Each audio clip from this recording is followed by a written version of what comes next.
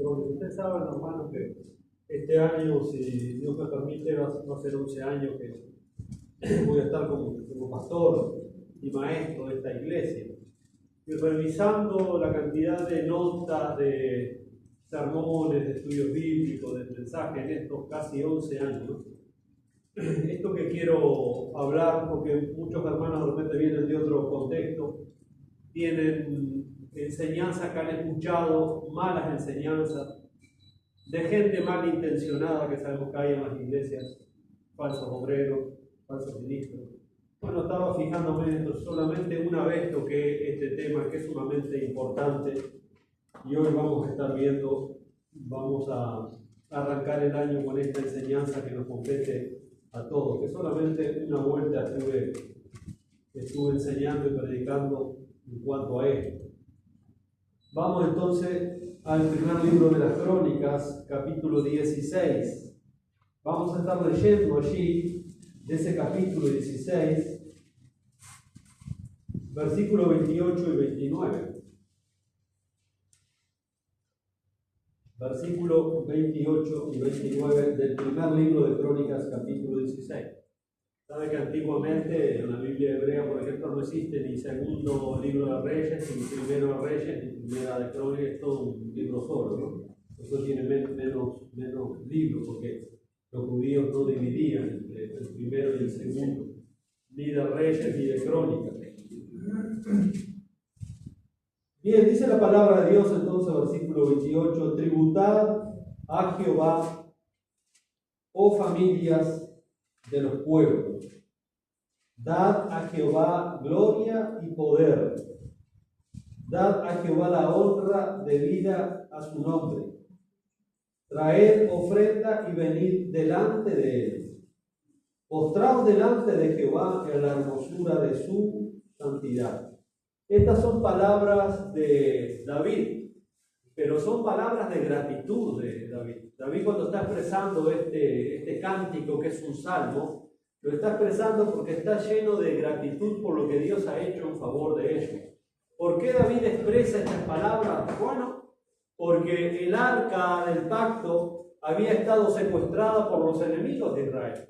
El arca del pacto, que simbolizaba la presencia de Jehová en medio de su pueblo, había sido llevada cautiva por los filisteos. Y dice en el primer libro de Samuel, en el capítulo 6, si usted empieza a leer, dice ahí en ese capítulo que el arca estuvo 7 meses en poder de los filisteos. Entonces David se procura recuperar el arca de Dios, traerla otra vez a Jerusalén. Y eso pasa, los israelitas rescatan el arca de la alianza y la llevan para Jerusalén.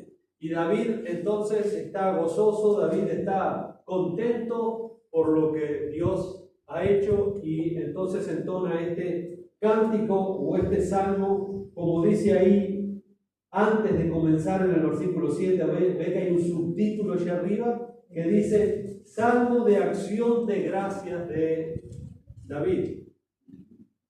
En la Biblia, hermano, hay una teología del dar. En la Biblia hay una teología del dar. Yo sé que se ha manipulado mucho, se ha mal enseñado muchísimo este tema, pero en la Biblia hay una teología del dar. Nosotros debemos dar a Dios, dar alabanza, dar gloria, dar honra, dar tiempo, dar esfuerzo, dar recursos. Nosotros estamos para dar al Señor la honra. Por eso David se siente contento y gratificado por lo que Dios ha hecho en favor de su pueblo, que los ha redimido de sus enemigos, ha devuelto el arca del pacto de la alianza. David está contento por la victoria, por la bendición que han obtenido. Por eso expresa estas palabras allí, en el versículo 28 y 29. Tributad a Jehová, familias de la tierra. ¿Qué es un tributo? Dar. Es algo que nosotros tenemos que dar. Nosotros tenemos que pagar tributo, ¿verdad? Como ciudadanos de esta patria, aquí abajo tenemos que pagar el tributo. Si no pagamos tributo, estamos en falta, estamos en deuda. Bueno, ¿cuánto más con Dios? Tenemos que tributar al Señor, dar gracias al Señor, dar gloria al Señor.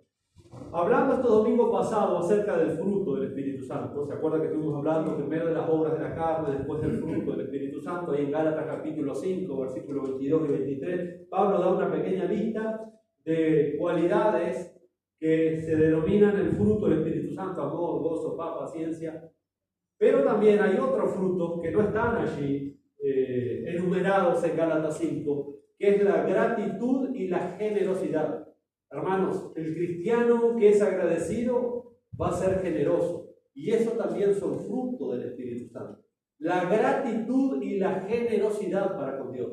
Ser generoso, y no me refiero tan solo materialmente, si bien vamos a ver el aspecto material en estos sermones, en estos estudios bíblicos, vamos a verlo, pero no solamente es dar, sino con la motivación con que damos, y eso es lo importante, tiene que ser la motivación correcta. David está agradecido con el Señor, David está contento con el Señor, David está gozoso con el Señor y reconoce eso. Si nosotros vamos al Salmo 96, es lo mismo que David dice acá, es un salmo paralelo en este cántico de acción de gracias. Ahí en el Salmo 96 prácticamente están las mismas palabras. Salmo 96, versículos 7 y 8. Versículos 7 y 8 dice: tributad a Jehová, oh familia de los pueblos, dad a Jehová la gloria y el poder. ¿Vieron que dice tributad a Jehová? Dad a Jehová, otra vez versículo 8, dad a Jehová la honra debida a su nombre. Y luego dice: traer ofrendas y venid a sus atrios. Adorar a Jehová en la hermosura de la santidad. Temed delante de él toda la tierra. Así que claramente, hermanos, vemos en la Escritura una teología del dar. Y esa teología del dar, ¿quiénes realmente vamos a ser los beneficiados? Nosotros, cuando aprendemos a dar al Señor la honra de vida, la gloria de vida y lo que Él nos manda que tenemos que darle como corresponde. En Hechos capítulo 20, el gran apóstol Pablo, pastor, maestro, misionero, verdadero apóstol de Jesucristo, se está despidiendo de la iglesia en Éfeso. Está en la ciudad de Mileto. Él amaba a esta iglesia, él mismo había fundado esta iglesia y ahora llega el momento de irse. Bueno, y en tantas exhortaciones que le da, principalmente a los líderes de aquella iglesia, mire las palabras de Pablo en el capítulo 20 del libro de los Hechos. Hechos capítulo 20. En el versículo 35. Hechos 20, 35. Dice Pablo: en todo os he enseñado que trabajando así se debe ayudar a los necesitados y recordar las palabras del Señor Jesucristo. Acá Pablo está apelando no al corazón apostólico ni pastoral, sino a las palabras textuales de lo que enseñó el Señor Jesucristo. ¿Qué enseñó el Señor Jesucristo según Pablo? ¿Dónde está la dicha del hombre? ¿Dónde está el gozo del hombre? ¿Dónde está la felicidad del hombre? En aprender a dar y no en esperar a recibir. Y ahí es cuando uno realmente empieza a vivir plenamente feliz y gozoso, porque dice acá el apóstol Pablo, que son palabras de Jesucristo: más bienaventurado es dar que recibir. Y esto es uno de los grandes principios espirituales de Génesis a Apocalipsis, del Antiguo Testamento y del Nuevo Testamento. Ese corazón generoso para con Dios, ese corazón que es agradecido para con Dios, es un corazón que es generoso para con Dios. Y es un creyente que va a ser feliz, es un creyente que va a ser dichoso. Aquel que solo espera que le den y le den y le den y le den y le den y siempre está demandando y siempre está demandando, porque por naturaleza nosotros no somos ni agradecidos ni generosos. Nosotros nacemos con una naturaleza caída. Somos desagradecidos y somos ¿qué? Somos egoístas. Ponga 2 niños y denle cantidad de juguetes. ¿Qué van a hacer los niños? El niño quiere todos los juguetes para él, no quiere prestar. Y tiene una montaña acá y el otro tiene uno, pero quiere ese para él, porque nuestra naturaleza es egoísta. Pero cuando nosotros, por la obra del Espíritu Santo, aprendemos a vivir agradecidos y somos generosos para con Dios, generosos en nuestro tiempo, generosos en nuestros recursos, generosos en nuestra vida, generosos con nuestros bienes, entonces vamos a ver si Dios realmente no derrama de sus más ricas bendiciones sobre ese creyente. Según Pablo, por palabras de Jesucristo, El secreto de la felicidad no es tanto recibir, sino es el dar. ¿Sabe que Pablo ha sido muy claro por la teología liberal que ha hecho mucha mella y más últimamente? Porque estas palabras que Pablo cita de Jesús no se registran en toda la Biblia. No están en ninguno de los evangelios, no están en ninguna palabra de las Escrituras registradas. Pero recuerden, hermanos, que Pablo fue un apóstol llamado por Jesucristo y estuvo 3 años en el desierto de Arabia, donde el Señor mismo se le manifestó al apóstol Pablo, lo vio resucitado, y el apóstol Pablo, ¿de quién aprendió el evangelio? Ni de Pablo, dice, yo no lo recibí de carne ni de sangre, no lo recibí de los apóstoles que estaban en Jerusalén, sino que el Señor Jesucristo se le manifestó a Pablo.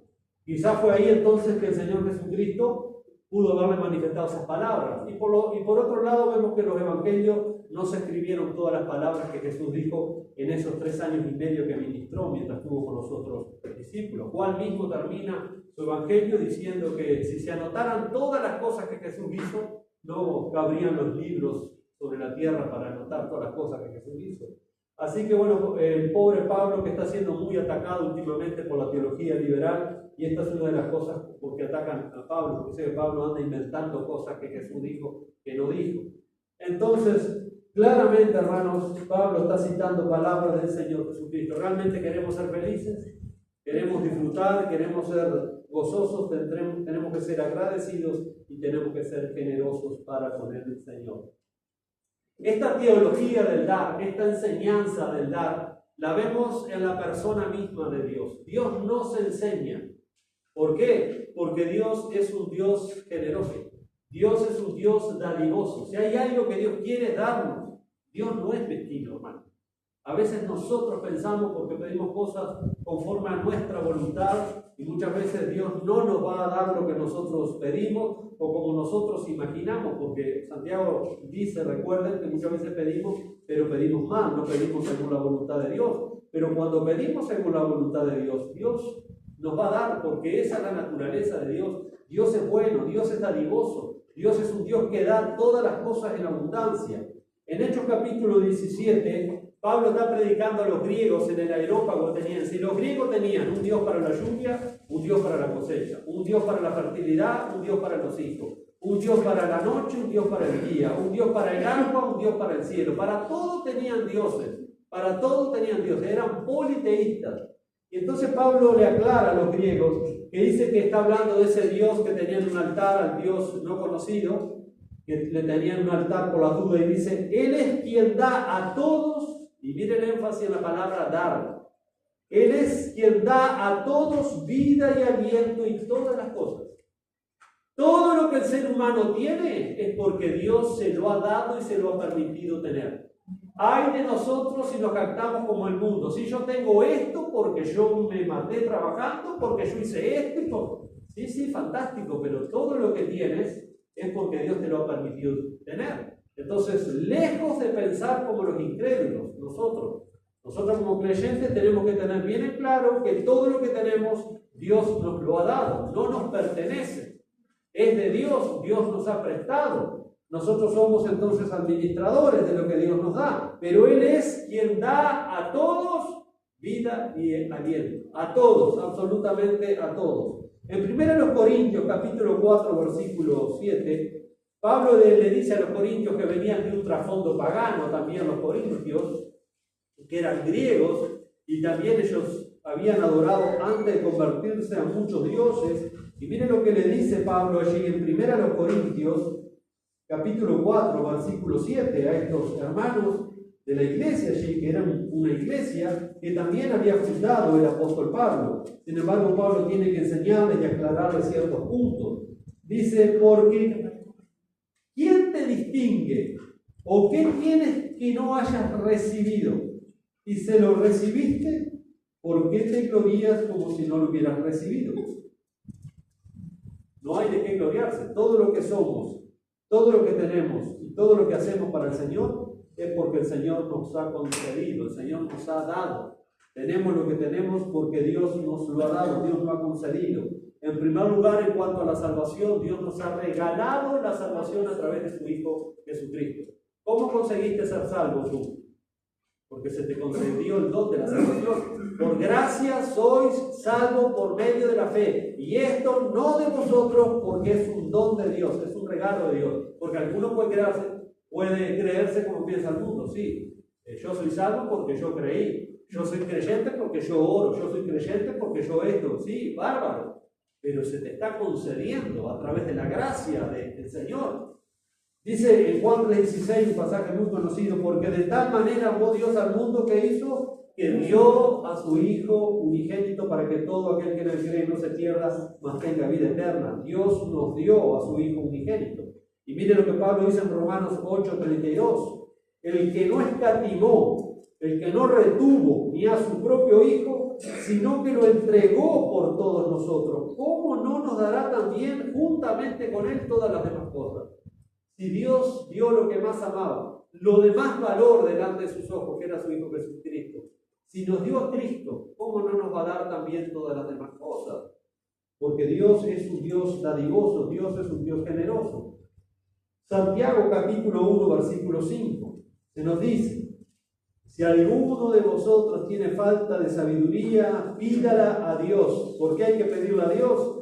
El cual da a todos abundantemente y sin reproche. ¿Y qué va a hacer? Le será dado. Dios no es mezquino.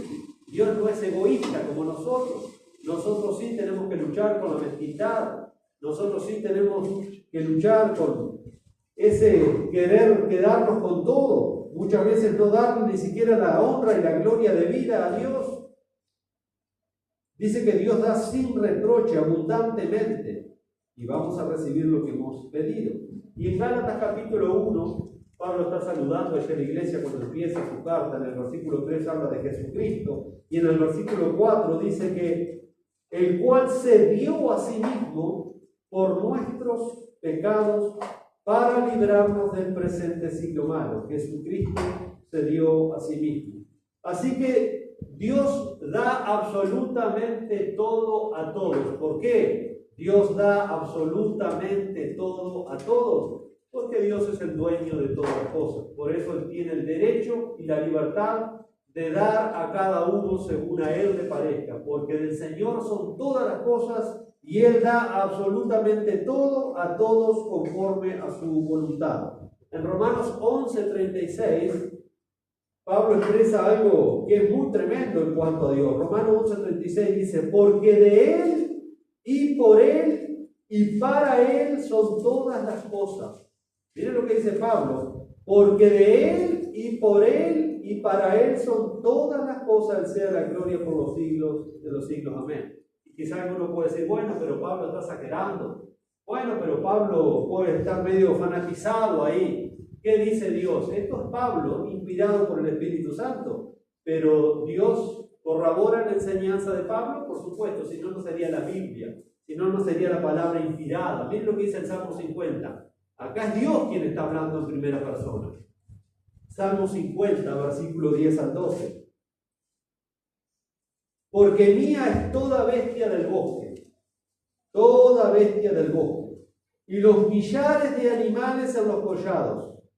Verso 11. Conozco a todas las aves de los montes, y todo lo que se mueve en los campos me pertenece. Aún esa pería que anda ahí, esa liebre, esa culebra, ese pájaro que a veces escuchamos que no sabemos qué puede ser. Bueno, Dios lo conoce y es de Él. Él lo creó y Él lo puso ahí.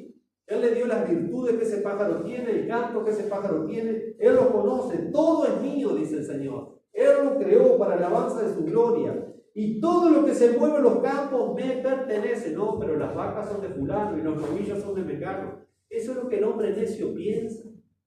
¿Usted ha visto alguna caravana fúnebre cuando se muere alguno de estos terratenientes que va con las vacas al cementerio, que va con las hectáreas de camión fúnebre? Porque nada es nuestro. Vinimos desnudos y nos vamos desnudos. Todo es de Dios, todo pertenece a Dios. Y uno tiene que reconocer eso para empezar a ser agradecido y empezar a ser generoso con Dios. Así como Dios es infinitamente generoso conmigo, yo tengo que retribuirlo aunque sea un poquito de esa generosidad. Y Dios es lo que espera de nosotros. Ser generosos también con Él, como Él nos ha mostrado generosidad a nosotros siendo dueño y Señor de todas las cosas. Mira lo que sigue diciendo el versículo 2 del Salmo 50. Si yo tuviere hambre, no te lo diría a ti. ¿Por qué, Señor? Porque mío es el mundo y su plenitud. Él puede tomar de donde quiera y de quien quiera, cuando sea y como quiera, porque es de Él. El Señor dio y el Señor quitó. ¿Quién dijo eso? Tenía una buena teología. Hasta ese aspecto, Job tenía una buena teología. Él sabía que los hijos no eran de él, que los animales no eran de él, que las posesiones no eran de él, que la casa no era de él. El Señor dio y el Señor quitó. Bendito sea el nombre del Señor. Porque mío es el mundo y su plenitud. En Deuteronomio, después que Dios saca a los israelitas de Egipto, estuvieron 400 años esclavizados con los egipcios. Y los egipcios eran politeístas. Salían de una nación politeísta, iban a atravesar el desierto, iban a cruzar el Jordán e iban a introducirse a la tierra de Canaán. En la tierra de Canaán estaban los idólatras más grandes, estaban todos los cananeos. Y otra vez salieron de Egipto, que los egipcios tenían el Dios de la vida, el Dios de la muerte, el Dios de la fertilidad, el Dios de la lluvia, el Dios de esto, el Dios de la otro. Y iban a introducirse a una tierra donde estaban los cananeos, que eran politeístas, tenían dioses para todas cosas, tenían dioses. Pero en Deuteronomio el Señor les está aclarando el concepto de quién era Él.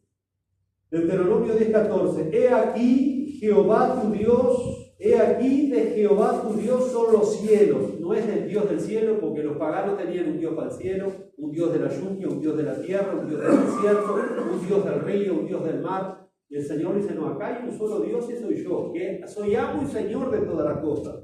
He aquí de Jehová tu Dios son los cielos y los cielos de los cielos, la tierra y todas las cosas que en ellas hay. Punto. Él es el Señor y amo de todas las cosas.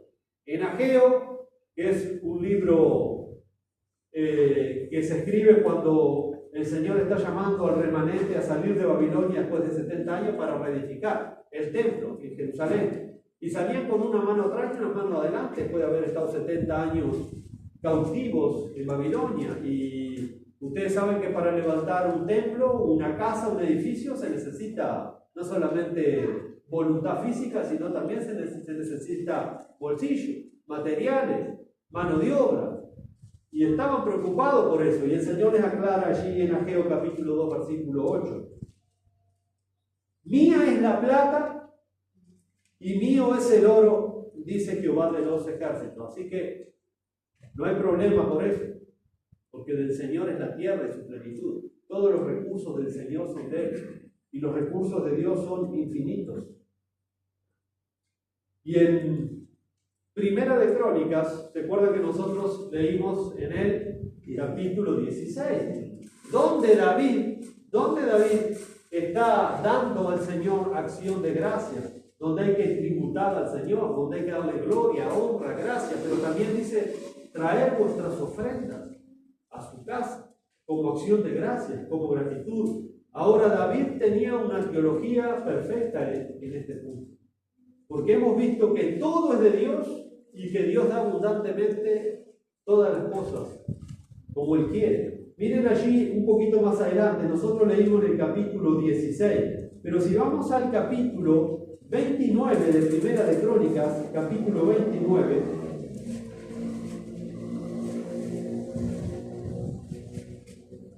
después que ellos, ¿se acuerdan que en el capítulo 16 está el cántico de acción de gracias porque habían recuperado el arca del pacto? David, ¿qué hace? Le hace una carpa de cuero y la pone abajo al arca y se ve que cada vez que daba la vuelta David miraba y decía, no puede ser. Yo vivo en un palacio recubierto en oro y el arca del Señor está abajo de unos cueros ahí. Y entonces él quiere hacerle un palacio, quiere hacerle un templo, quiere hacerle una casa para que el arca, que simbolizaba la presencia de Dios, habitara en un palacio. Y él tiene ese anhelo entonces porque está lleno de gratitud con el Señor. Y vemos acá en el capítulo 29, comenzando este capítulo acá, en el capítulo 1, versículos 2 y 3, dice: después dijo el rey David a toda la asamblea, había congregado al pueblo, solamente a Salomón mi hijo ha elegido Dios. Él es joven y tierno de edad, y la obra grande, porque la casa no es para hombres, sino para Jehová Dios. La casa no es para Salomón, la casa no es para David, la casa no es para los bautistas, la casa no es tuya, no es mía. Nosotros estamos edificando la casa del Dios viviente, columna y baluarte de la verdad. La casa de Dios. Y David tenía claro eso, y un lote de cosas muy claras tenía David. Por eso le digo que David tenía una teología correcta ya en el Antiguo Testamento de esto. Miren lo que dice David, preste atención, versículo 2. Yo con todas mis fuerzas he preparado para la casa de mi Dios oro para las cosas de oro, plata para las cosas de plata, bronce para las de bronce, hierro para las de hierro, madera para las de madera y piedra de ónice, piedra preciosa, piedras negras, piedras de diversos colores y toda clase de piedras preciosas y piedras de mármol en abundancia. Con toda diligencia, con toda su fuerza, David había preparado oro, plata, madera, piedras preciosas, porque estaba por edificar la casa de Dios. Bueno, todas estas cosas, el oro, la plata, la piedra preciosa, todo esto, hermano, significa, trayéndolo ahora al nuevo pacto, los dones y talentos que Dios nos ha dado a cada uno por pura gracia para edificar la casa del Señor. Nosotros estamos edificando la verdadera casa de Dios. Esta no era la casa de Dios porque después Dios le dice, yo me voy a hacer un templo. Yo me voy a hacer un templo. Y ese templo está hablando de Cristo, de la iglesia. Nosotros somos el verdadero templo de Dios donde Dios mora. Porque dice que Dios no mora no mora en templos hechos de manos humanas. Entonces todas estas cosas, el bronce, la plata, lo que David está preparando, eso significa los dones y los talentos que Dios ha preparado para nosotros, los que estamos edificando la casa del Señor. Versículo 3, miren lo que dice, además de esto, como si fuera poco, miren lo que sigue diciendo David, además de esto, por cuanto tengo mi afecto en la casa de mi Dios, yo guardo en mi tesoro particular oro, plata, que además de todas las cosas he preparado para la casa del santuario, he dado para la casa de mi Dios, 4,000 talentos de oro de Ofir, el más fino, el más caro, y 7,000 talentos de plata refinada para cubrir las paredes de las casas, oro pues para las cosas de oro y plata para las cosas de plata. En fin, de su tesoro personal, Dios había preparado, no manipuló el pueblo para sacarle, él mismo preparó de su propio tesoro particular para ofrendarlo para la casa de Dios. ¿Por qué hizo esto David? Porque su afecto estaba en la casa de Dios. Estaba dando con la motivación correcta. Era un hombre agradecido, y era un hombre generoso, y era un hombre que sabía que tenía todo lo que tenía porque Dios se lo había dado antes. ¿Y cómo sé yo esto? Porque David tenía una teología correcta, la teología del dar era correcta. Y miren lo que sigue diciendo David en el versículo 14. Porque ¿quién soy yo y quién es mi pueblo para que pudiésemos ofrecer voluntariamente cosa semejante? Pues todo es tuyo, y de lo recibido de tu mano te damos. Él ha dicho que había preparado su tesoro personal, oro, plata, piedras preciosas, pero acá reconoce que todo lo que él tenía era porque Dios se lo había dado, y él estaba dando un poquito de lo mucho que Dios ya le había dado a él. Dice en el versículo 15, porque nosotros extranjeros y advenedizos somos delante de ti como todos nuestros padres y nuestros días sobre la tierra cual sombra no dura. Oh Jehová Dios nuestro, toda esta abundancia que hemos preparado para edificar casa, tu santo nombre, de tu mano es y todo es tuyo. Viene de tu mano todo lo que no tenemos por qué gloriarnos, porque tú nos diste todo esto porque es tuyo.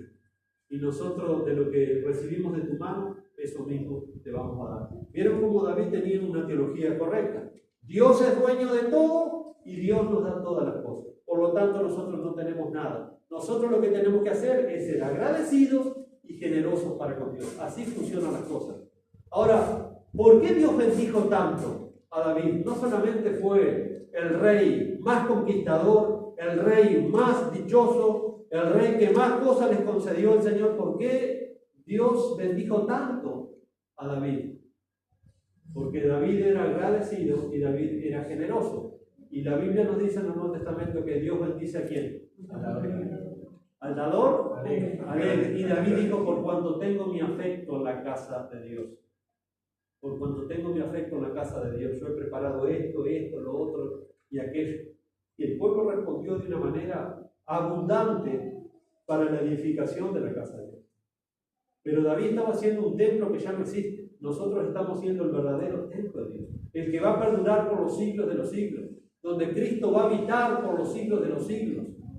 Donde ese tabernáculo, que es la iglesia, estará por siempre. Y donde el Señor morará en el medio. Entonces, si David estaba haciendo algo que ya ni existe más en el tiempo, que era figura del verdadero templo, ¿cuánto más nosotros, hermanos, tenemos que ser agradecidos y generosos con el Señor? Pero hasta que no aprendamos a tener la actitud correcta de David, se nos hace difícil ser generosos para con el Señor. Somos una generación mezquina. Como cristianos, como creyentes, somos muy mezquinos para con el Señor. Nos cuesta darle el tiempo, nos cuesta dar nuestra vida, nos cuesta dar nuestro sacrificio, nuestra alabanza, nuestra oración, y qué hablar nuestras ofrendas. Porque somos así.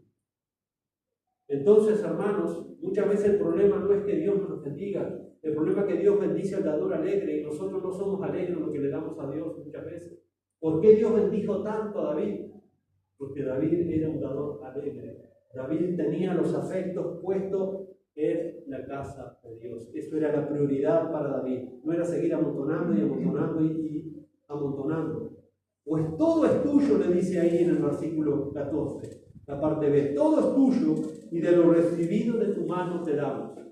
No estaba nada equivocado David. No estaba nada equivocado David.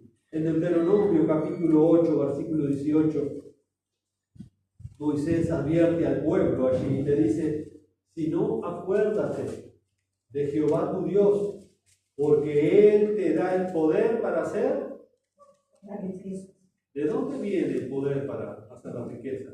Bueno, el hombre necio e ignorante, impío, piensa que viene por su habilidad. Pero dice Salomón que a un amnesio Dios le permite amontonar riqueza, porque las riquezas, bueno, no dejan dormir. En vez de él tener riqueza, las riquezas los tienen a él, y no hay nada peor que eso. La verdadera felicidad es dar, dijo Jesús, no recibir. Pero el necio quiere amontonar, amontonar y amontonar. Esta noche vienen a pedir tu alma y lo que has hecho. ¿De quién será? Y el Señor acá les está advirtiendo: si no, acuérdate de Jehová tu Dios, porque Él te da el poder para hacer la riqueza. Él te da el poder para hacer la riqueza. En 1 Timoteo capítulo 6, versículo 17, otra vez Pablo está hablando del Dios vivo, que nos da a todos todas las cosas en abundancia. ¿Para qué? Para que las disfrutemos. ¿Cómo nosotros disfrutamos de las cosas sanamente? Dándole gloria y honra al Señor por todo lo que nos permite hacer, tener y vivir. Vivir para la gloria de ese Señor. Hermanos, Dios nos da abundantemente todas las cosas para que las disfrutemos. ¿Y cómo las disfrutamos? Justamente honrando al Señor con lo que nos permite vivir, hacer y tener, honrando al Señor. Así que en este primer punto de la teología del dar, tienen que quedar claras dos cosas: que Dios es el dueño de absolutamente todo. La camisa que tienes puesto, el pantalón que tienes puesto, el reloj que tienes, todo esto es del Señor. Yo no tengo absolutamente nada. Todo pertenece al Señor y Dios nos ha permitido tener todo lo que tenemos porque Dios es el dueño de todas las cosas. Número uno. Número dos, Dios es el que nos da todas las cosas porque Él es el dueño de todas las cosas. Así que Dios es el dueño y Dios es el que nos da todas las cosas. Ante este principio, ¿qué responsabilidad tenemos nosotros? Esa es la otra cara de la moneda. La primera cara de la moneda es: Dios es dueño, Señor de todo y nos da todas las cosas. ¿Dónde entramos nosotros ahora? Ahora entra entonces el puesto nuestro. Nosotros somos administradores y mayordomos de lo que Dios nos permite dar. Nosotros no somos dueños, Somos administradores y mayordomos de lo que Dios nos ha dado. Y Dios nos da dos cosas en esta breve vida. Nos da tiempo y recursos. Tiempo y recursos. Es decir, nos da la vida y nos da las cosas. Todo, absolutamente todo, proviene del Señor y nosotros tenemos que ser entonces responsables como administradores y mayordomos. Todo pertenece al Señor. Bueno, Jesús cuenta 4 parábolas en los evangelios que enseñan este principio. Que Dios es el Señor de todas las cosas, dueño de todas las cosas, pero los seres humanos son administradores, los seres humanos son mayordomos. Es decir, nosotros tenemos responsabilidades para el dueño de las cosas. Imagínese si usted no tiene, por ejemplo, una herramienta o un artículo en su casa y se lo pide prestado al vecino. Usted lo lleva y lo usa como si fuera suyo, pero sabe que si se rompe, si lo mal uso, no es mío. Tiene un dueño. Y voy a tener que responder, él me lo prestó bien, él me lo dio, me lo prestó, pero si yo lo rompo o si lo mal uso, no es mío. Entonces, esto nos pone a nosotros en un estado de responsabilidad. Tenemos que ser responsables. Entonces tenemos, en Mateo 25, tenemos la parábola de los talentos. Yo se las voy a nombrar, no las vamos a leer porque son largas, léanlo en su casa. Donde vemos este punto, que nosotros somos mayordomos y responsables, tenemos que dar cuenta a Dios porque Dios es el dueño y Señor de todas las cosas. La parábola de los talentos en Mateo 25, del versículo 14 al 30. Luego en Lucas capítulo 12 tenemos la parábola del rico insensato, versículo 15 al 21. En Lucas capítulo 16 tenemos la parábola del mayordomo infiel, versículo 1 al 13. Y en Lucas capítulo 19 tenemos la parábola de las minas, versículos 11 al 27, donde claramente esta parábola nos enseña en ese principio que nosotros vamos a responder delante del Señor. Entonces los cristianos somos mayordomos de Dios y debemos administrar la gracia de Dios con diligencia, con prontitud. Esa palabra diligencia, le doy algunos sinónimos de diligencia. Es con celo, con cuidado, con eficacia, con atención, con prontitud y con un celo santo. Nosotros tenemos que administrar los recursos que Dios en su gracia nos ha dado con diligencia. Mire lo que el apóstol Pedro enseña y exhorta a los cristianos en su primera carta. Primera de Pedro, capítulo 4, versículo 10 y 11. Primera de Pedro, capítulo 4, versículo 10 y 11. Dice, cada uno de nosotros, como cristianos, según el don que ha recibido. ¿El don qué es? El don es un favor inmerecido. A Dios le plació darnos las habilidades y los talentos que le ha querido. Dice, cada uno según el don que ha recibido, ministrelo a los otros como buenos administradores de la multiforme gracia de Dios. Como buenos administradores de la multiforme gracia de Dios. Si alguno habla, hable conforme a las palabras de Dios. Si alguno ministra, ministre conforme al poder que Dios da, para que en todo sea Dios glorificado por Jesucristo, a quien pertenece la gloria, el imperio por los siglos de los siglos. Amén. ¿Vieron? El amo y Señor es Jesucristo. Él nos ha dado todo tipo de materiales preciosos como dio David para edificar el templo del Señor. Pero podemos tener una pila de oro y piedras preciosas, pero si somos negligentes, lo contrario a ser diligentes, nunca se va a edificar la casa del Señor como Dios quiere que se edifique. Por eso dice, cada uno ha recibido dones, habilidades. ¿Para qué? Para que nos ministre a nosotros. Entonces no puede ser egoísta, mi hermano. No podemos ser egoístas. Lo que yo tengo es para ustedes y lo que ustedes tienen es para el cuerpo de Cristo y para edificarnos los unos a los otros. No podemos ser egoístas. No nos podemos sentar arriba de nuestros talentos y habilidades y así que pasa el tiempo. Cada uno ministre a los otros. Pero si somos egoístas, nunca vamos a dar eso que Dios nos ha dado a los demás. Siempre vamos a estar pidiendo y demandando. Pero ¿cuánto vamos a dar a nosotros? ¿Cuándo vamos a ser generosos? ¿Cuándo realmente vamos a actuar con gratitud al Señor? Eso es lo que Dios espera de cada uno, porque a cada uno, dice la Biblia, se le ha concedido algo, según la gracia de Dios. ¿Para qué? Para que lo ministre a los otros. No es para usted, no es para gloria suya, es para gloria de Jesucristo, que es dueño y Señor de todas las cosas. Y eso es importantísimo.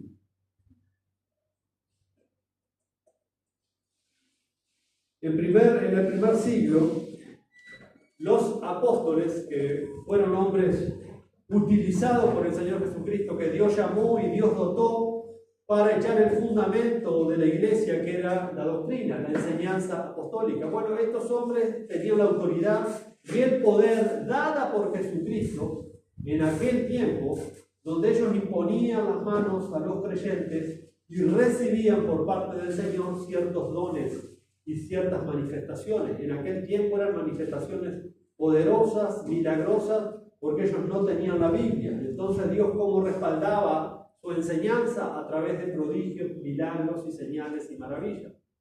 Hoy tenemos la Biblia, tenemos la palabra más profética. Sin embargo, Dios aún sigue dando dones a la iglesia, sigue dando talentos a la iglesia. No aquellos dones sobrenaturales para la fundación de la iglesia, porque la iglesia ya fue fundada. Una vez que la iglesia fue fundada, una vez que se echó el fundamento, entonces ahora hay que edificar arriba de ese fundamento. ¿Cómo edificamos arriba del fundamento? Que es la enseñanza de los apóstoles.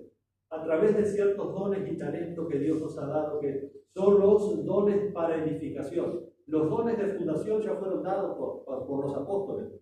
Ahora tenemos los dones de edificación, los dones para edificar la iglesia. Por ejemplo, hermano, en Romanos capítulo 12, ahí tenemos, y eso que aún estamos en el siglo I, tenemos una pequeña lista de estos dones de edificación que Dios da a los creyentes, para que la casa de Dios, para que el templo de Dios se vaya edificando. Romanos capítulo 12, versículos 6, 7 y 8. Dice Pablo ahí: de manera que teniendo diferentes dones, lo mismo que dijo Pedro en 1 Pedro 4, 10 y 11, a cada uno se le dio según la manifestación de Dios. Y acá dice, según la gracia que nos es dada. ¿Quién nos dio esa gracia para servir? Dios. Por eso no nos podemos jactar, como Pablo dice a los corintios. ¿Qué tiene que te distingue? ¿Por qué te jactás? Si lo que tenés lo recibiste, y si lo recibiste no tenés por qué jactarte. Por eso dice acá, según la gracia que nos fue dada. Si es de profecía, úsese conforme a la medida de la fe. O si de servicio, en servir. O el que enseña, en la enseñanza. El que exhorta, en la exhortación. El que reparte, con liberalidad. El que preside, con solicitud. El que hace misericordia, con alegría. Ahora observe en el versículo 8 que Pablo dice, el que reparte, hágalo con liberalidad. La reina de las Américas, iba a decir que es la Biblia de las Américas, la Reina Valera es esta. La Biblia de las Américas traduce correctamente, la Reina Valera no, pero la Biblia de las Américas traduce correctamente lo que Pablo quiere decir acá. Nosotros tenemos a la Reina Valera el que reparte con liberalidad. Pero la Biblia de las Américas dice otra palabra ahí. No sé si vos tenés la Biblia de las Américas ahí. Sí. Dice que comparte. También. Pero acá el texto significa el que da. O sea que el dar, hermanos, es un don que nos ha sido dado por el Señor. El dar. ¿Y cómo tenemos dar? Tenemos que dar ahí con liberalidad. El que da. El que da con liberalidad. El que da. O sea que el dar es uno de los dones que edifica la iglesia de Jesucristo. Y todos tenemos cosas para dar.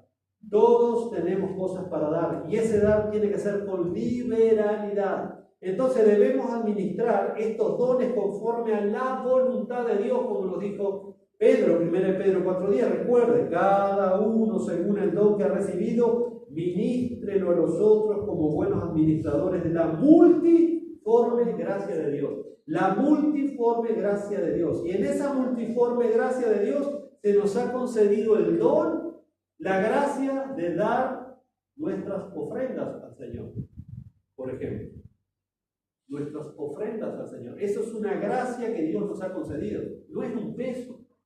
No es una obligación moral que sí la tenemos, pero tiene que estar por encima de eso. Tiene que ser por gratitud y tiene que ser por generosidad. El ofrendar, hermano, es parte de la vida devocional de la iglesia, de una iglesia viva, de una iglesia bíblica. Así como nosotros cantamos juntos en el culto público, así como nosotros oramos juntos en el culto público, así como leemos juntos en el culto público, así como somos ministrados con la palabra de Dios en el culto público, así también nuestras ofrendas tienen que ser dadas en el culto público, porque la ofrenda es parte de ese servicio espiritual que la iglesia le da al Señor. Yo sé que este tema es muy delicado, yo sé que este tema ha sido manipulado, lamentablemente, por gente a veces ignorante, pero la mayoría de las veces gente que manipula para hacerle decir al texto lo que el texto no quiere decir. Que haya sido mal interpretado, mal usado, no quiere decir que no sea bíblico. Pero a nosotros se nos da la gracia de Dios para ofrendar. ¿Y quién se beneficia de la ofrenda? ¿El Señor? No, hermano. Usted y yo somos los beneficiados. La iglesia se beneficia. Es la iglesia que se beneficia. El Señor no se beneficia, el que me beneficia soy yo. Es la iglesia, es usted. Nosotros como pueblo de Dios somos los beneficiados. Y eso lo tenemos que entender y nos tiene que quedar claro. Mire cómo Pablo, siendo apóstol de Jesucristo y maestro, pastor y maestro de la iglesia, toca este tema y enseña, porque es cierto, aún había mucha confusión. Siempre lo ha habido y distorsión cuando hay cosas materiales de por medio, y no tiene por qué ser así. En 2 Corintios, capítulo 8, versículo 1 al 4, hablando de la multiforme gracia de Dios, en esa multiforme gracia de Dios se nos concedió la gracia de ofrendar al Señor. Es un privilegio, hermano. David tenía ese privilegio. ¿Qué privilegio, Señor? Que puedo amontonar oro y plata de mi tesoro para darte a ti si al final te doy un poquito de lo que tú me has dado tanto, Señor. Qué bendecido que somos nosotros poder ofrendar. No es que parece que me queman los dedos. Ahí hay un problema en el corazón.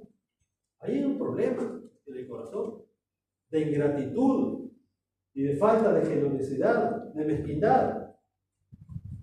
2 Corintios 8, 1 al 4. Asimismo, hermanos, os hacemos saber, miren, la gracia de Dios que le fue dada a las iglesias de Macedonia. La gracia de Dios que le fue dada a esas iglesias. Macedonia era una región de Grecia. Estaba la iglesia de Berea, la de Filipo, la de Tesalónica. Y en un momento estas iglesias no estaban muy bien económicamente. Estaban pasando necesidades económicas. Pero cuando la gracia de Dios está en una congregación cristiana, es mucho mayor que cualquier tipo de vicisitudes que podamos estar pasando. Cualquier tipo de vicisitudes. Bástate mi gracia, le dijo el Señor a Pablo, ¿se acuerdan? Porque mi poder se perfecciona en la debilidad. Y Pablo está reconociendo acá que se les había dado la gracia a estas iglesias. Dios había concedido esa gracia, que en grande prueba de tribulación no estaban pasando nada bien. La abundancia de su gozo y su profunda pobreza abundaron en riquezas de su generosidad. Agradecimiento y generosidad van de la mano. Una persona que es ingrata nunca va a ser generosa, nunca. La persona que realmente es agradecida será generosa. Y lo vemos en estos hermanos pobres, estos hermanos que estaban pasando necesidades, pero sin embargo Dios había dado gracia en ellos para poder colaborar con la ofrenda. Y dice allí, pues doy testimonio de que con agrado han dado conforme a sus fuerzas y aún más allá de su fuerza. ¿Cómo dio el rey David en primer libro de Crónicas, capítulo 29, versículo 2? Ya se olvidó del texto, vaya al texto, porque el principio es el mismo. Vaya a Primera de Crónicas, capítulo 29, versículo 2. Acá Pablo dice, pues doy testimonio de estos creyentes de que con agrado han dado conforme a sus fuerzas y aún más allá de sus fuerzas. ¿Cómo dio David? Con todas. ¿Cómo? Con todas. Ahí está. ¿Vieron? La motivación correcta. Dio con toda su fuerza. Estas personas podrían haber dicho, no, Marcos, no, Pablo, vení dentro de 3 meses porque la cosa está bravísima. Pero cuando la gracia de Dios está en una congregación, entonces la gracia de Dios suple todas las necesidades. Porque dice que abundaron, aún en su pobreza, aún en su necesidad, abundaron pidiéndole, rogándole a Pablo que les permitieran tener esta bendición de poder participar en esa ofrenda, que en este caso específico era para ayudar a los hermanos necesitados en Jerusalén. Y ellos podrían haber dicho, no, mirá, no tenemos un mango, vení dentro de 6 meses, Pablo, no podemos juntar un peso. No lloraron a milonga, no dieron lo que sobraba, no dieron a regañadientes. Hermanos, Dios bendice al dador, al alegre. Esto es así, al generoso, al que da con agrado. Dice, pidiéndonos, versículo 4, pidiéndonos con muchos ruegos que les concediéramos el privilegio. Mire, querían participar de ese privilegio, de participar en este servicio para los santos. ¡Qué privilegio, hermano! ¡Qué bendición! ¡Qué privilegio! Poder participar en este servicio para los santos. Y no como lo esperábamos, dice Pablo, porque hasta Pablo se sorprendió de la actitud de estos creyentes, porque la gracia de Dios estaba obrando, se les dio esa gracia. Y ellos se sometieron a esa gracia, respondieron a esa gracia, sino que asimismo se dieron primeramente al Señor. Y David, ¿qué dijo? Por cuanto mi afecto está en la casa de Dios. El afecto correcto. Ellos primeramente se dieron al Señor, sentían al Señor, sentían el peso y la carga por la obra del Señor. Y luego a nosotros, por la voluntad de ¿quién? ¿De Pablo? ¿De Sila? ¿De Bernabé? De Dios, hermano. De Dios, de Dios. Eso lo hace Dios. Es la gracia de Dios. Pablo habla de la liberalidad de la ofrenda de los macedonios, en ese caso específico, como yo le decía, era para ayudar a los cristianos que estaban pasando un hambre que había venido en Jerusalén. Y ellos se enteraron y dijeron, bueno, no podemos quedarnos de brazos cruzados, tenemos que hacer algo ante las necesidades de nuestros hermanos. Recuerda que en el primer siglo la iglesia tuvo que afrontar las necesidades de aquellos más débiles, más desposeídos. Hoy en día, si un hermano tiene algún problema viciado, tiene algún tipo de enfermedad, tiene un subsidio por el gobierno. Un hermano se jubila, una hermana se jubila, o tiene una pensión, o cobra la asignación, yo qué sé, hay subsidio. En aquel tiempo no había absolutamente nada. Era la iglesia la que tenía que hacerse responsable de proveer para los hermanos necesitados. Era la iglesia, y la iglesia asumió ese papel importantísimo. Y entonces lo vemos ahí, cómo esta iglesia había ofrendado para ayudar a los santos de Jerusalén. Esto lo vemos, por ejemplo, en Romanos capítulo 15, versículo 26. Romanos 15, 26, miren cómo Pablo hace alusión a esto. Dice allí, porque Macedonia y Acaya, regiones de Asia y de Grecia, tuvieron a bien hacer una ofrenda para los pobres que hay entre los santos que están en Jerusalén. Y luego, si nosotros vamos a la primera carta a los Corintios, capítulo 16, otra vez Pablo vuelve a hacer mención.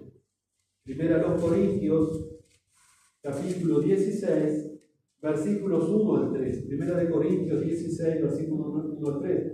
En cuanto a la ofrenda para los santos, haced vosotros también de la manera que ordené en las iglesias de Galacia. O sea que Pablo está instituyendo acá un patrón apostólico, cómo se tienen que hacer las cosas. No es como a nosotros nos parece, es como Dios lo ha dicho que se tienen que hacer las cosas en su palabra. Y en este caso era el tema de la ofrenda. Como ordené a las iglesias de Galacia, cada primer día de la semana. ¿Cuándo es el primer día de la semana? No es el martes, ni el miércoles, ni el jueves, ni el sábado. Es el domingo. ¿Por qué el domingo, hermano? ¿Por qué el domingo? Esto se tiene que hacer el domingo. ¿Por qué Pablo lo instituyó el domingo? Porque el domingo la iglesia se reunía para adorar junto al Señor, para alabar al Señor, para orar al Señor y para ministrar a los santos a través de la ofrenda que se juntaba para el Señor. Porque la ofrenda es parte del culto público al Señor. La ofrenda es parte de la adoración del pueblo de Dios al Señor. Por eso es el domingo, porque es parte de nuestra adoración. Porque si cantamos, si tenemos 2 horas de cántico y 2 horas de lectura bíblica, pero no tenemos ni 10 pesos de ofrenda, entonces nuestra adoración en esa área está fallando, porque es parte de la adoración, la ofrenda. Por eso Pablo la pone ahí, cuando se reunía el domingo la iglesia a adorar el primer día. Cada primer día de la semana, cada uno de vosotros, es responsabilidad de todos los creyentes. Cada uno de vosotros. Tenemos ese privilegio, tenemos esa gracia, pero también tenemos esa responsabilidad. Cada uno de vosotros ponga parte, algo según haya prosperado. Acá Pablo no da ningún tipo de porcentajes, hermanos, donde se ha mezclado lo del Antiguo Testamento con el Nuevo Testamento, no. Y eso que Pablo era judío. Y si tuviera tenido una oportunidad para decir, tiene que guardar X cantidad, no nos dice nada de eso. Esas son invenciones de hombres que han manipulado la Biblia para sacarle a la gente. No podemos hacer eso ni queremos hacer eso. Lejos de nosotros. ¿Cuánta gente manipuló con el famoso Malaquías capítulo 3, versículo 10? Y le metían miedo a la gente. ¿Y dónde está la gratitud de dar? ¿Dónde está la generosidad de dar? Deje que el Espíritu trabaje en su mente y en su corazón, y nadie lo va a tener que manipular. Usted va a ser como David, va a tener sus afectos puestos en la casa del Señor y va a querer contribuir sabiendo que Dios le da todo, absolutamente. Y dice, ponga algo aparte según haya prosperado, guardándolo. Esto nos habla entonces de qué, guardándolo. ¿De qué nos habla? De responsabilidad. Yo tengo que ser responsable, porque el domingo que viene yo voy a venir a adorar a Dios. Tengo que traer mi cántico, mi salmo, mi oración, mi lectura bíblica y mi ofrenda. Pero la mayoría de los cristianos no somos responsables. No somos responsables en cuanto a esto, porque no somos agradecidos con el Señor. Cuando hablo de la mayoría de los cristianos, hablo de la iglesia en general. Yo sé sí que este tema ha sido quemado, pero no es excusa, no es excusa. El domingo que viene yo voy a tener que traer mi cántico, voy a tener que adorar en espíritu y en verdad al Señor, pero también David dice que hay que tributar con nuestras ofrendas al Señor, traer nuestras ofrendas al Señor, porque es parte de mi vida de adoración, mi ofrenda. No es nada malo, al contrario, es una bendición, es un privilegio que nos ha dado, es una gracia. Dice, según haya prosperado, tiene que guardarlo, tiene que ser responsable, para que cuando yo llegue no se recojan entonces ofrendas, porque la ofrenda es algo de bulto. Se iba a ir Pablo, yo que sé, si iba de visita y llegaba un martes, un miércoles, y dirá Pablo, no hemos juntado nada. Y bueno, ahora nos vamos a juntar, eso se tiene que juntar en la adoración pública. Ahora nos vamos a juntar, en el culto de oración nos vamos a juntar. No, tiene que ser los domingos, como dice Pablo, y es el único día que Pablo da para hacer esto. Es el domingo cuando la iglesia se reúne. Dice, y cuando haya llegado a quienes hubiere designado por carta, a estos enviaré para que lleven vuestro donativo. ¿Vieron? Eso es una ofrenda a Jerusalén. Bueno, en este caso la ofrenda se iba a llevar porque la iglesia estaba pasando necesidad. Después vamos a ver eso. ¿Qué se hace con la ofrenda? Si juntamos ofrenda, empezamos a ofrendar y a ofrendar, ¿qué hacemos? ¿Una cuenta bancaria? ¿Qué se hace con la ofrenda? Tiene que tener un destino la ofrenda. ¿Y cómo se invierte? ¿En qué se invierte? Eso es otra cosa. Nosotros hoy, por la gracia de Dios, bueno, si hay un hermano que está pasando necesidad, es nuestra obligación ayudarle. Pero gracias a Dios la mayoría tiene su casa, su plato de comida. Entonces, ¿dónde se destinan las ofrendas? ¿Qué hacemos? ¿Invertimos en el casino? ¿Qué hacemos? ¿Abrimos un pub? En la obra. Ahí está. ¿Y cuál es la obra del Señor? Bueno, eso lo vamos a ver después. ¿En qué invierte, en qué se gasta la ofrenda? Justificativamente hablando, ¿no? Porque tiene un destino la ofrenda. Este es un tema fascinante, hermano. Si uno lo trata bíblicamente, con humildad, con respeto, vamos a ser edificados, porque es un tema urticante. Se ha manoseado tanto, lamentablemente, y es un tema tan sencillo y que bendice tanto. Entonces Pablo aquí es completamente claro, no anda pidiendo, no anda manoseando a la gente, no anda pinchando a la gente, no anda manipulando a la gente, esto es parte de mi adoración. Nadie me obliga a mí, si mañana tengo que orar 1 hora, 5 minutos, es algo del corazón. Mañana capaz que puedo orar 2 horas y el miércoles puedo orar 5 minutos. Es algo con el Señor. La ofrenda es lo mismo. Nadie le va a obligar mañana a orar 3 horas, no tenéis que orar 3 horas mañana porque si no el Señor te desarrucha el piso, ¿no? No, tenés que orar mañana, tenés que leer 10 capítulos de la Biblia, si no el Señor. No, eso. Y la ofrenda es lo mismo. Nadie nos puede obligar. Hermanos, yo siempre enseño y digo lo mismo. Si usted está obligado a dar con un espíritu incorrecto, es mejor no dar hasta que Dios trate con usted y entonces dé con un espíritu correcto. Porque Dios bendice al que da correctamente. Dios bendice al dador alegre, si no nos sirve de nada. Eso no es adoración. Eso no es adoración a Dios. Y Dios busca adoradores que la busquen en Él, que la adoren en espíritu y en verdad. Entonces ellos vieron que no ofrecieron ningún tipo de sobras al Señor. Eso es muy común entre muchos evangélicos. Ofrecer las obras al Señor, de tiempo, de esfuerzo, de recursos. Si me sobra, si tengo tiempo, si no. Hay otras prioridades siempre. Siempre hay otras prioridades. Acá vemos que la prioridad, por cuánto mi afecto está en la casa del Señor, en lo que Dios está haciendo. Eso era David. David era un hombre conforme al corazón del Señor. Vemos que estas iglesias de Acaya, estas iglesias de Macedonia, no ofrecieron los sobrantes al Señor. No ofrecieron los sobrantes. Entonces, lo que hicieron los macedonios es la manera segura de eliminar la avaricia de nuestro corazón, porque nosotros somos avaros por naturaleza. Queremos más y más y más y queremos que nos den y nos den y nos den. Nosotros somos avaros por naturaleza. ¿Qué dice Pablo en Colosenses capítulo 3, versículo 5? Vaya ahí, vea qué dice Pablo en Colosenses capítulo 3, versículo 5. Hacer pues lo mismo perdonar que nosotros, comunicaciones, turistas, personas desordenadas, malos deseos y avaricia, que es idolatría. Avaricia, que es idolatría. Entonces, es una manera, hermanos, de combatir la avaricia que hay en nuestro corazón, siendo agradecidos y generosos para el Señor. El avaro jamás va a ser bendecido por el Señor, nunca.